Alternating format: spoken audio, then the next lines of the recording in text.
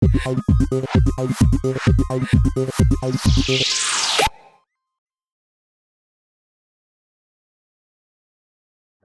tentang pembentukan karakter tentu ada dong program-program gitu ya. Boleh dikasih tahu nggak Ustaz, apa Itu aja sih benar sekali, tidak program-program akan itu? lepas dari program untuk Heeh. pembentukan karakter karena kita di asrama itu ada yang namanya program harian, kemudian Mhm. program mingguan, bahkan bulanan. Kalau harianitulah rutinitas santri-santri kita di asrama itu dari pagi sampai pagi, gitu ya. Mhm. Kan kalau sekarang itu sudah jam 4 itu sudah mulai dibangunkan oleh musyrif dan musyrifahnya, oleh Jam 4 pembinanya. ya Ustaz? Dan itu juga punya teknik-teknik, cara-cara membangunkan dengan kasih sayang, gitu ya. Wes.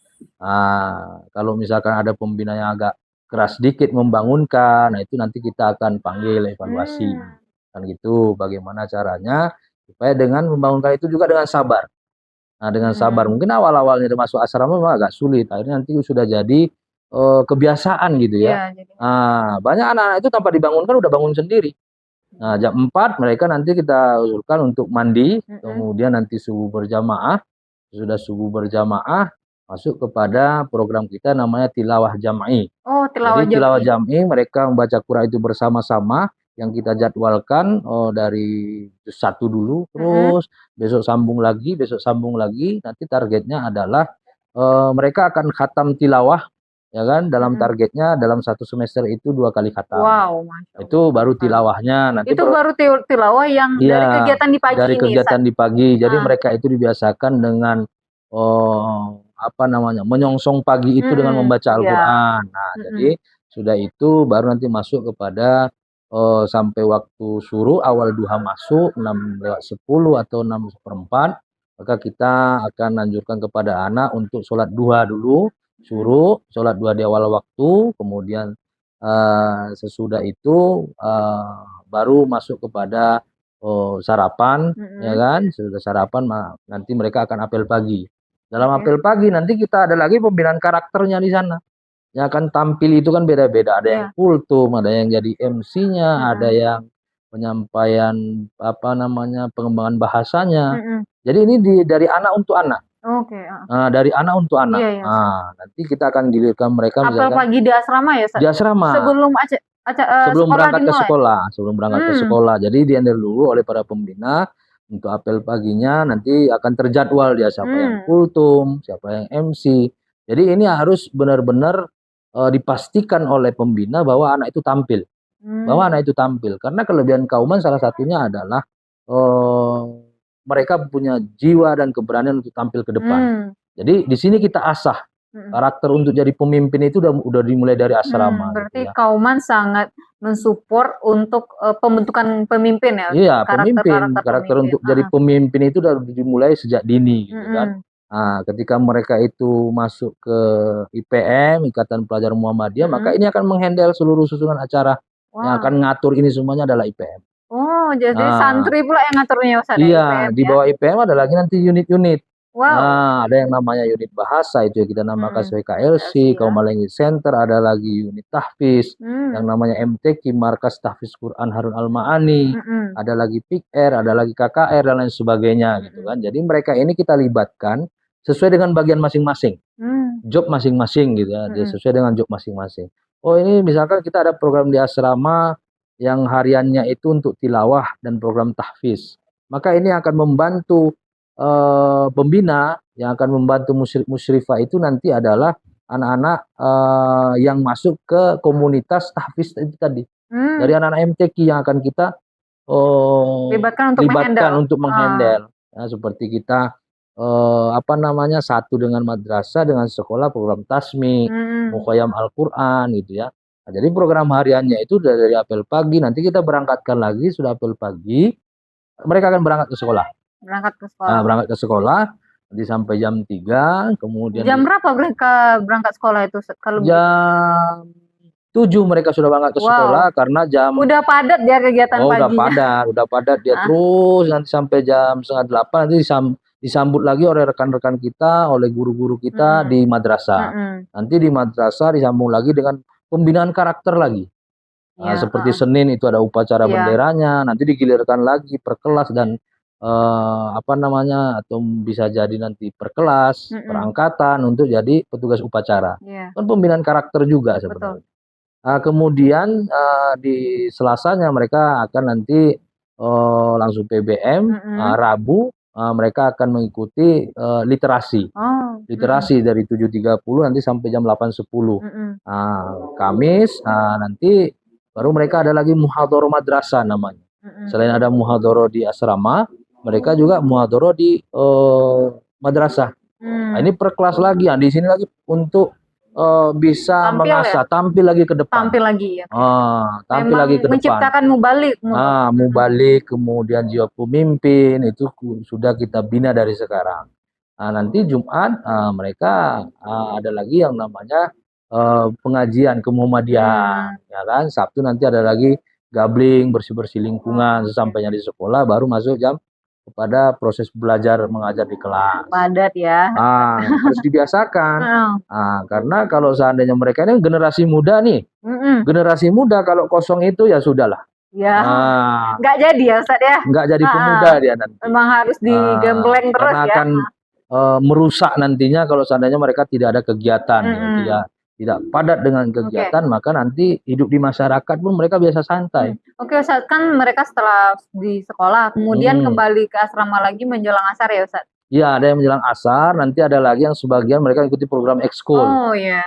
Yang ekskul tetap di madrasah Mhm. atau di sekolah, yang free atau tidak ada jadwal ekskul hari itu, maka mereka akan balik ke asrama. Nah, di asrama ngapain lagi, Ustaz? Ada Di program sini lagi? ada kemandirian, ada Mmm. lagi kemandirian. Di sinilah misalkan, mereka yang ingin store tahfiznya kepada Oh. musyrif dan musyrifah silakan di waktu sore kan.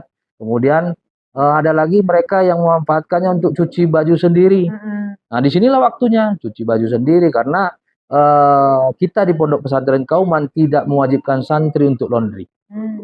Nah, kita tidak wajibkan. Jadi ketika anak itu mau ikut laundry silakan, mau cuci sendiri, juga silakan. Oke, oke. Kemudian sudah itu, ada lagi nanti kegiatannya mereka yang olahraga bersama musyrifnya. Ada lagi yang Mmm. ngajak jogging keluar, Sore-sore itu ya, Ustaz? sore-sore gitu kan. Bahkan kita ada kerjasama dengan, Secatabe ini ya, tetangga kita Heeh. ini ya kan. Itu kerjasama dalam Untuk bentuk apa, fisik, Ustaz? pelatihan fisik Oh. gitu kan, pelatihan fisik. Kadang-kadang anak-anak ini pingin juga sesudah tamat dari Kauman, pinginnya, masuk ini Ustaz, ke angkatan. Mmm. Ingin jadi polisi, ingin jadi tentara, maka itu juga akan kita Dan fasilitasi. difasilitasi? Kita Oke. fasilitasi dengan Keren sekali sih, Ustaz. pendamping, langsung resmi dari Secatabe gitu ya. Itu untuk kelas berapa itu, Ustaz? Itu di semua kelas. Dari Oh, kelas 10 yang siapa yang berminat untuk itu, udah sudah difasilitasi kita dari awal? fasilitasi. Wow, keren. Saya pinginnya hobinya bola, kita fasilitasi, kita buat untuk, satu klub. Mmm. Mereka ingin mengasah bolanya, maka nanti kita akan bawa keluar, mereka akan dilatih di luar. Wow. Kan banyak tuh Heeh. anak-anak putra yang hobi-hobinya bola, Iya. voli, Mhm. gitu kan. Maka kita asah, inilah kegiatan sore mereka. Mmm. Ada lagi yang pengen tapak suci saja, ya udah Mhm. silakan tapak suci terus setiap sore. Oh. Ini jadi, apa namanya, pondok kita ini memang, memberikan fasilitas sesuai dengan bakat dan minat Iya. masing-masing anak kita. Karena Tidak dipaksa ya, Ustaz? tidak dipaksa, mereka bebas memilih. Saya itu, dia sebelum masuk ke Kauman itu hobinya main komputer saja misalkan gitu ya, maka kita siapkan namanya desain grafis kita ada. Iya. Masuklah ke sana, kan gitu. Saya biasanya dulu sebelum masuk Kauman ini Ustaz laporan orang tuanya, bengkel-bengkel sepeda lah, bengkel apalah gitu kan. Udah, kita kan robotik ada. Mhm. Masuklah ke sana. Jadi sesuai bakat, minatnya. Yang pusing itu kan yang nggak ada minat bakat. Boleh coba semua dulu ya? Iya. Ini pusing kita, Iya. aduh minatnya di mana, bakatnya di mana, tapi Heeh. alhamdulillah semua anak yang di sini mereka beraktivitas sesuai dengan bakat Wow, minat keren sih. masing-masing gitu ya. Oh. Yang hobi organisasi sebagai aktivis kita salurkan juga, masuklah ini ke keorganisasian kita banyak. Unit-unit kita banyak, eksplorkan diri di sana kan. Wah. Itu mudah-mudahan dengan berbagai macam ekskul dan pengembangan minat bakat itu anak-anak akan lebih nyaman lagi di Iya, asrama. Karena mereka menemukan apa yang mereka cari. Iya, apa yang mereka suka juga ya. Biasanya gitu anak asrama kalau dia udah menemukan apa yang dia cari, dia akan betah. Dan tidak terasa sudah tamat gitu aja ya, iya. sudah meninggalkan asrama. Heeh. Jadi ini dari sore nanti jam 5:30 itu seluruh kegiatan kita stop, maka mereka persiapan untuk apa namanya, maghrib. Maghrib ya? Nah, jadi kita kalau kata orang sih, saya dengar-dengar itu bahasa Inggrisnya dinner. Dinner itu artinya makan malam. Ya. Tapi kita dinnernya itu 5:30. Wih, lebih kita tarik lagi ya. Loh ini dinner saat makan malam kok 5:30. Nah, kenapa? Karena program kita ba'da maghrib itu tidak bisa dicampurkan dengan kegiatan apapun kecuali tahfiz Quran. Oh, jadi habis maghrib masih ada agenda ya? Iya, nyambung lagi. Jadi untuk persiapan mandi dan makan itu sebelum maghrib semuanya. Nah, maka sudah maghrib tidak ada alasan yang mau makan, yang mau mandi tidak ada. Maka programnya hanya satu, yaitu tahsin dan tahfiz Al-Quran bersama musyrif dan musyrifahnya. Disinilah mereka untuk mengembangkan tahfiz. Nah, karena kita ada SKL ya, standar kelulusan untuk tahfiz Al-Quran sebanyak 7 juz tingkat MA-nya. MTS 3 juz. Nah, ini nanti akan kita ujikan sebelum mereka wisuda gitu ya. Nah, maka ini yang didukung oleh proses itu di asrama. Nah, jadi setoran yang mau setor ba'da maghrib, nanti mereka kan punya buku mutabaah itu, buku setorannya nanti setorkan kepada musyrif dan musyrifahnya atau kepada kakak kelasnya, kakak kelas yang di bidang komunitas tahfiz tadi. Yang anak-anak tahfiz kan ada tuh yang MTQ, maka dia juga nanti bisa nyetor kepada kakaknya dengan tanda bukti yang ditandatangani oleh musyrif dan musyrifahnya. Nah, lanjut lagi nanti masuk waktu Isya, sudah maghrib berjamaah, kemudian mereka tahfiz dan tahsin, dan lanjut lagi sholat Isya berjamaah. Sudah itu baru ada yang namanya tutorial malam. Nah, tutorial malam ini kita namakan sebagai halaqah tafaqquh fiddin. Tafaqquh fiddin. Artinya tentang bidang keagamaan. Ini kita isi mereka ba'da Isya dengan kitab. Belajar kitab. Kalau kata orang itu kitab kuning ya. Kitab yang tidak punya baris. Maka sana kita akan ajarkan berbagai macam kitab seperti Ta'limul Muta'allim, An-Nahwu, kemudian As-Sarfu. Pokoknya yang berkaitan dengan qawaid-qawaid atau kaidah-kaidah bahasa Arab. Dan itu siapa yang akan menghandle sebagai tutornya? Itulah tadi peran dari musyrif dan musyrifahnya. Ketika sudah ba'da Isya, itu perannya mereka sebagai guru. Nah, kalau sore sebagai kawan kan, ada yang main bola sama anaknya, ya kan? Ada yang curhat-curhatan sama musyrifnya kalau sore gitu ya. Kalau malam posisi mereka sebagai guru. Jadi musyrif dan musyrifahnya akan mengajarkan kepada anak. Paket komplit ya Ustaz. Makanya kita di sini kalau menerima musyrif musyrifah itu harus komplit dia, harus bisa semuanya. Maka ada tes wawancaranya, tes ini, tes itu gitu ya. Nah, nanti lanjut lagi sampai jam 9:30 tutorial malam, lanjut dengan belajar mandiri. Belajar mandiri itu artinya mereka mungkin ada tugas-tugas yang diberikan oleh guru bidang studinya gitu ya. Maka di sini atau persiapan selain ya persiapan ujian, kemudian mungkin persiapan untuk besok paginya. Nah, maka akan dipandu, dibimbing oleh musyrif yang di kamar itu nanti akan disarankan oleh pembinanya masing-masing dalam kamar. Nah, lihat jadwalnya besok apa pelajarannya, siapkan malam ini. Sampai seperti banget ya. Ya, disiapkan bajunya besok apa, diingatkan lagi oleh musyrifnya. Kemudian sepatunya bagaimana, sudah ada apa belum? Kaos kakinya bagaimana, itu diingatkan sebelum mereka berangkat besok ke sekolah. Nah, jadi sudah diingatkan. Nah, sudah itu nanti baru masuk waktu tidur paling lambat itu di 10:30 ya, di jam 10:30. Nah, itu mereka sudah tidur. Sebelum tidur maka mereka akan dinabobokkan lah bahasanya, dengan evaluasi, dengan curhat-curhatan gitu ya. Misalnya evaluasi hari ini, misalkan si A terlambat tadi, sholatnya dia masbuk, ya kan? Kenapa? Itu akan dicari tahu oleh pembinanya, di mana kendalanya kok bisa terlambat. Nah, tadi bangunnya terlambat juga, kenapa? Di sana itu ada program hariannya. Oh, jadi setiap hari ada evaluasi ya, Nah, itu tapi di kamar masing-masing.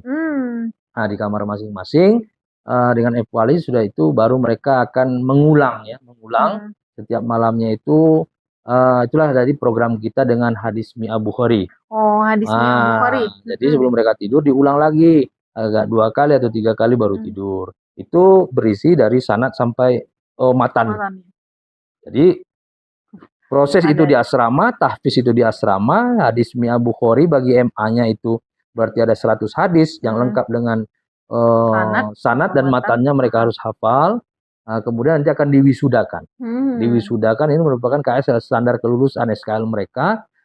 yang MA mereka harus sampai di 7 juz, Mhm. kemudian dari Al-Quran, kemudian hadis mereka harus hafal 100 hadis Bukhari. Itu Mmm. nama Mi'ah Bukhari. Yang MTS dari tahfiz Qur'annya mereka harus selesai 3 juz. Kemudian yang hadisnya hadis arba'in. Hadis arba'in. Mereka harus hafalkan dan kuasai, dalam arti kata bukan hanya sekedar hafal, mereka juga harus tahu bagaimana kandungan isi hadis tersebut. Wow. Nah, seperti itu diulang-ulang nanti setiap malam, maka itu 1 hadis 1 minggu. 1 Setiap hadis malam 1 minggu diulang. setiap Iya, malam. maka mereka akan hafal gitu kan. Berarti dalam 1 bulan mereka hafal 4 hadis. Tapi sudah lengkap dengan sanad dan matannya dan artinya juga. Maknanya juga Dan ya. maknanya Ini juga. nampaknya asrama bisa kita katakan sebagai jantungnya dari pondok pesantren ya, Ustaz?